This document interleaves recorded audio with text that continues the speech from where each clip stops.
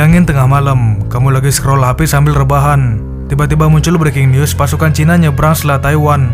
Tank-tank digelindingin kayak parade, rudal meluncur, sirine berbunyi. Dunia langsung panik, harga minyak naik, bursa saham ambruk, dan Indonesia kita nggak siap. Pertanyaannya sekarang bukan lagi apakah Cina akan menyerang Taiwan, tapi lebih ke kapan. Dan kita harus tahu, semua tanda-tandanya udah ada. Mulai dari pergerakan militer Cina, pembangunan kapal-kapal aneh tapi spesifik, sampai peringatan serius dari mantan jenderal Amerika. Dunia dalam mode siaga 1, tapi kalau ini meledak, Indonesia bukan cuma penonton, kita bisa kena getahnya lebih dulu. Kita mulai dari pernyataan paling serius dalam beberapa bulan terakhir. Charles Flynn, mantan komandan Angkatan Darat Amerika Serikat di Pasifik, dengan gamblang bilang ke anggota Kongres, ancaman invasi Tiongkok ke Taiwan itu udah nggak lagi teori tapi nyata. Kita ulang, nyata. Flynn bukan orang sembarangan. Dia tahu cara kerja militer dan dia tahu medan Asia Timur. Dalam sidang DPR Amerika Serikat, dia buka semua kartu. Menurutnya Cina sedang bergerak sistematis, mempersiapkan kekuatan darat, laut, dan udara untuk mengambil alih Taiwan, bukan tahun depan tapi kapan aja dari sekarang. Mereka bahkan udah punya deadline internal 2027. Nah, Xi Jinping, pemimpin tertinggi Partai Komunis, katanya udah bilang langsung ke Tentara Pembebasan Rakyat, semua pasukan harus siap ambil Taiwan sebelum 2027. Dan kalian tahu yang bikin serem? Mereka udah siapin alat tempurnya dari sekarang. Kapal-kapal aneh yang bikin dunia bingung.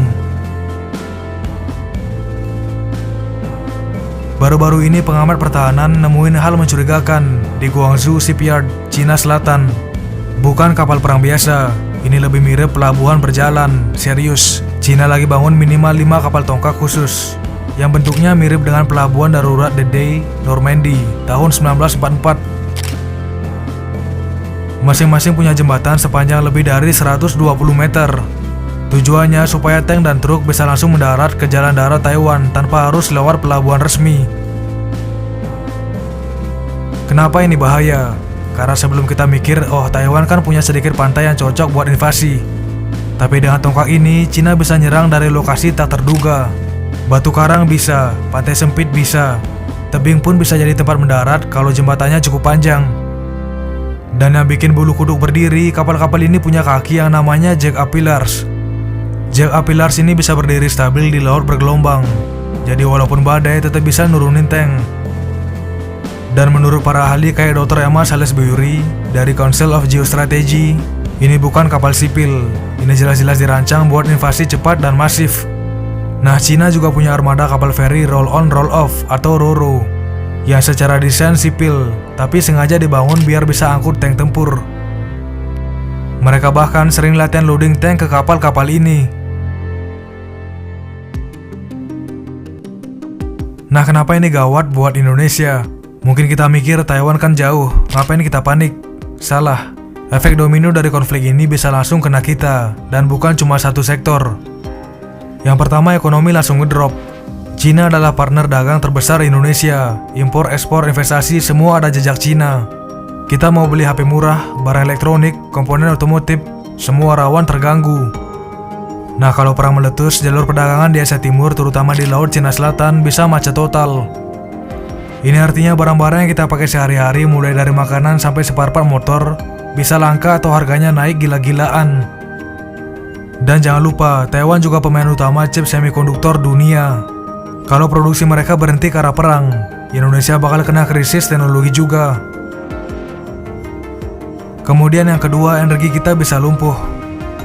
Sebagian besar ekspor-impor minyak dan gas Indonesia lewat Laut Cina Selatan. Kalau area itu berubah jadi zona perang, tanker-tanker bisa diserang, dibajak, atau malah ditutup paksa.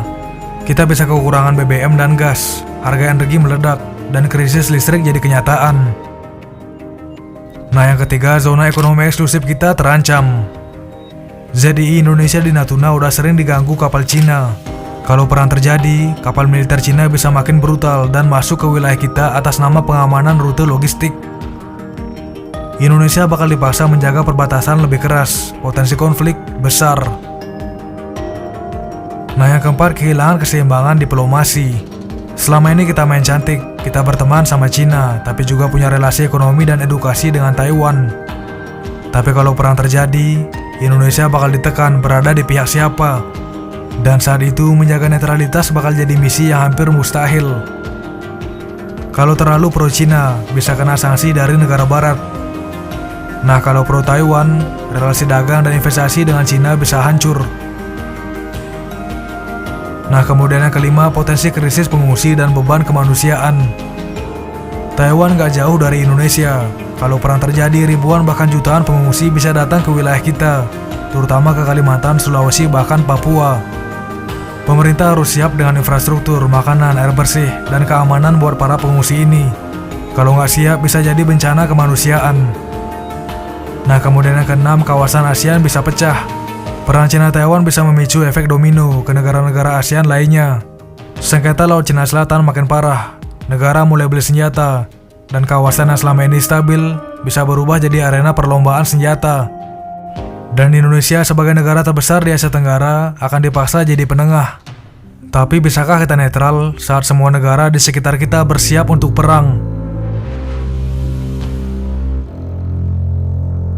Nah kemungkinan yang paling besar, migrasi besar-besaran korban perang.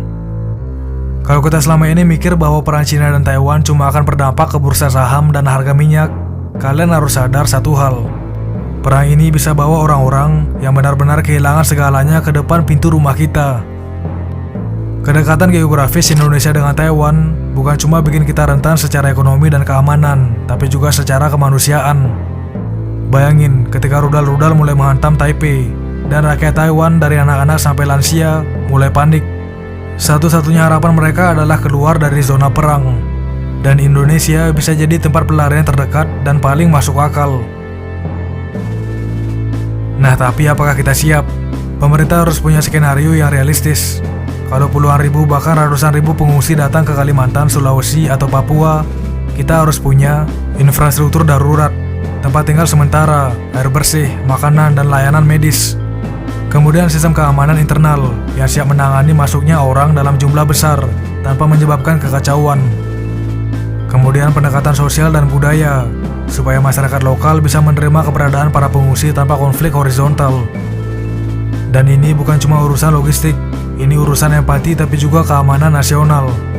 Soalnya setiap gelombang pengungsi juga berisiko menyusupi unsur asing, mata-mata, penyelundup, atau bahkan jaringan kriminal. Dan kalau kita lengah, bisa aja krisis kemanusiaan berubah jadi krisis stabilitas nasional. Ditambah lagi, beban ini bisa bikin tegang hubungan sosial dalam negeri. Bayangin, daerah yang tadinya kekurangan air dan listrik, tiba-tiba harus berbagi dengan ribuan orang baru. Kita nggak bilang kita nggak boleh bantu, tapi justru karena kita mau bantu, kita harus siap sejak sekarang. Kesimpulannya, apa kemungkinan yang perlu dilakukan? Pemerintah perlu segera menyusun protokol tanggap darurat pengungsi lintas negara, khusus untuk skenario perang Taiwan-Cina. Bangun pusat-pusat logistik dan pelatihan cepat di wilayah timur Indonesia sebagai titik penyangga. Kemudian bangun kerjasama regional dengan negara ASEAN lain, biar beban pengungsi bisa dibagi, gak numpuk di satu negara. Nah, libatkan masyarakat sipil, sosialisasi, edukasi, dan latihan penanganan bencana skala besar harus dimulai sebelum kejadian, bukan pas sudah kejadian. Karena ini bukan cuma soal pertahanan, bukan cuma soal diplomasi.